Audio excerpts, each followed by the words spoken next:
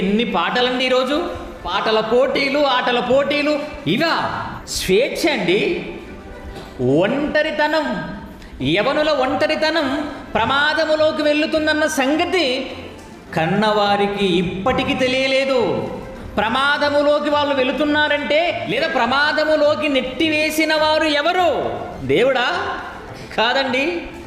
బైబిల్లో రాయబడిన మాటలు జాగ్రత్తగా మనం పరిశీలించగలిగితే అసలు వాస్తవం ఏంటో, దేవుడు చెప్పిన మాట ఏంటో మనకు అర్థమవుతుంది. బయటికి పంపితే వారు ఏం చేస్తారంట?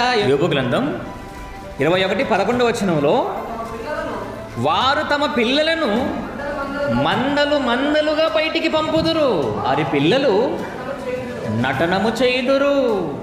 నటన.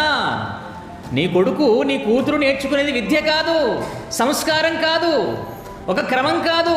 నటనా జీవితం, మోసము చేసే జీవితం, యథార్థమైన జీవితం కనపడదండి. నటించేవారుగా మారిపోయారు ఈరోజు ఆడపిల్లలు, మగపిల్లలు.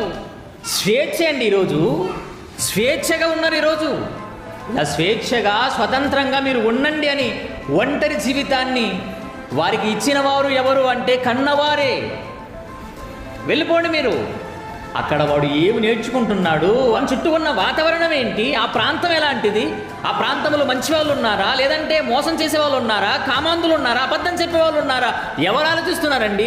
కేవలం విద్యా పేరిట బయటికి పంపుతున్నారు, కేవలం ఉద్యోగ పేరిట బయటికి పంపుతున్నారు.